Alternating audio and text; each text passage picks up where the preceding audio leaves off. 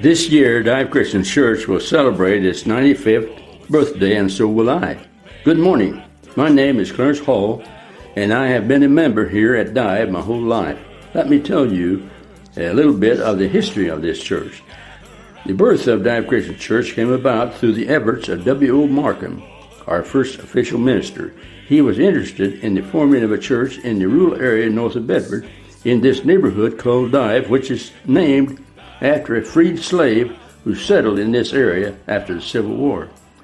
The first meeting of the church family started on June 22nd, 1921, and by that September, 31 individuals became members, mostly meeting in homes or in the old Dive school building. After some efforts to seek property, the young church was permitted to erect a building on the corner of Clarence Hosey's property, and construction began at the end of June 1922. This was just across the road from the new Dive School, today known as the Maple Ridge Apartments, at the intersection of Dive and Purvis Road. After the first church building was built on his property, Clarence Hosey also carried on the work for some time as a minister, with several more members being added to the rolls. You may recognize Clarence Hosey's name on the bench near the entrance of our Family Life Center. He was one of the early church's main founders.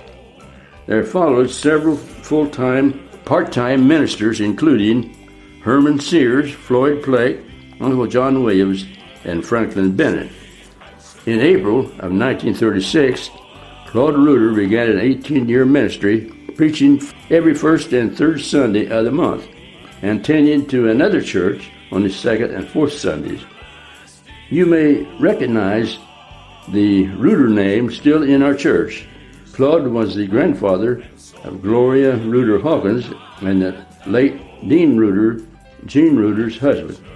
A revival by Reuter in early May of 1936 resulted in the addition of 47 members, 32 by baptism.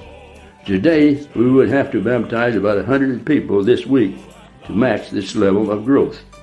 In 1947, the entire building was picked up and moved from its original location a few yards to the northeast to the location where it sits today, just south of us, where you know it as the Friendly Bible Church.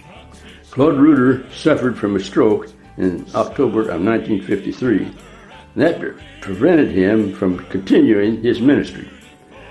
John Seasting became our next minister in January of 1955 and serving until December 1958. During Seasting's ministry, the attendance grew and a 14-foot addition was added to the north side of the church building, and later a basement dug under the addition, providing 3 more classrooms. Next minister was Jim Wallacker, starting in December 1958. At the beginning of his ministry, a parsonage was bought at 309 L Street in Bedford, which would serve as a parsonage until 1975, when the current parsonage where Matt and Nicole live now was built. Jim Wallacker ended his ministry in February of 1963, and next Bruce Woodring would serve from early 64, serving until July of 66. Ronald Sam started at Dive in September of 1966. The church continued to grow, and due to our confined location, it was apparent that we needed to relocate. After exploring several options, we bought 1.5 acres in early 1966, about 500 feet north of the old church, and we added another half-acre lot August 10, 1969, where the parsonage now stands. We started drawing up a design for a new church building, and after 3 different attempts to secure building plans within our financial capacity, we were finally able to break ground on April of 1971. Construction on the new building lasted a little more than a year, and we got into the new building the first week of September 1972. Now, for the first time in 51 years, we could enjoy air conditioning. Ronnie Sams was with us until May of 1972, and next would be Eugene Gresham, started in August of 1972 and ministered with us until March of 1977. The church continued to grow through these minister changes.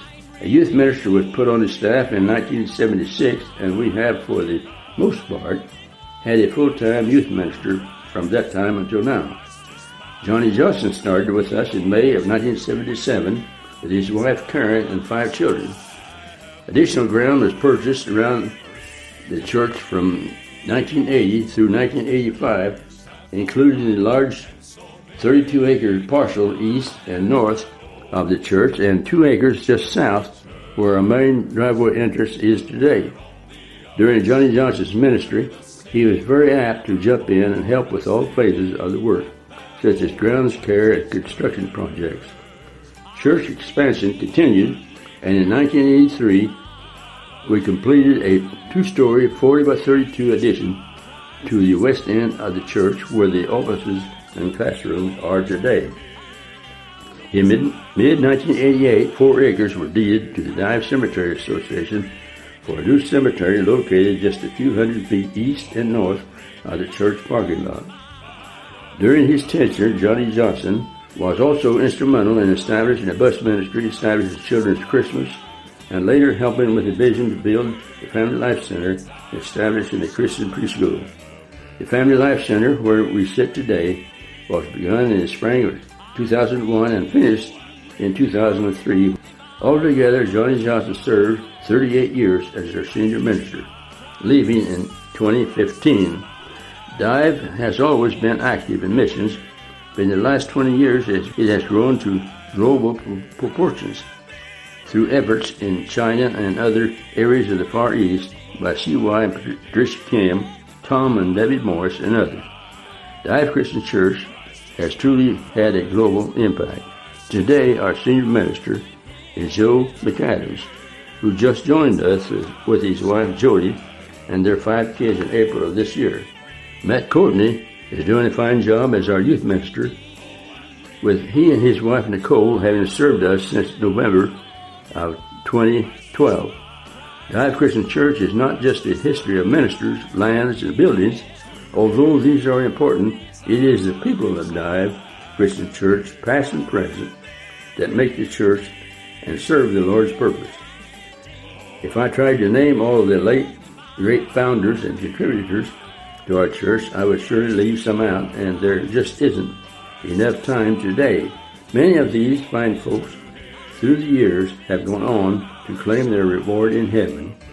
Those of us still on this earth and are charged with continuing the work they started to honor and serve our Lord and bring the salvation of Jesus Christ to as many as we can in this area and abroad.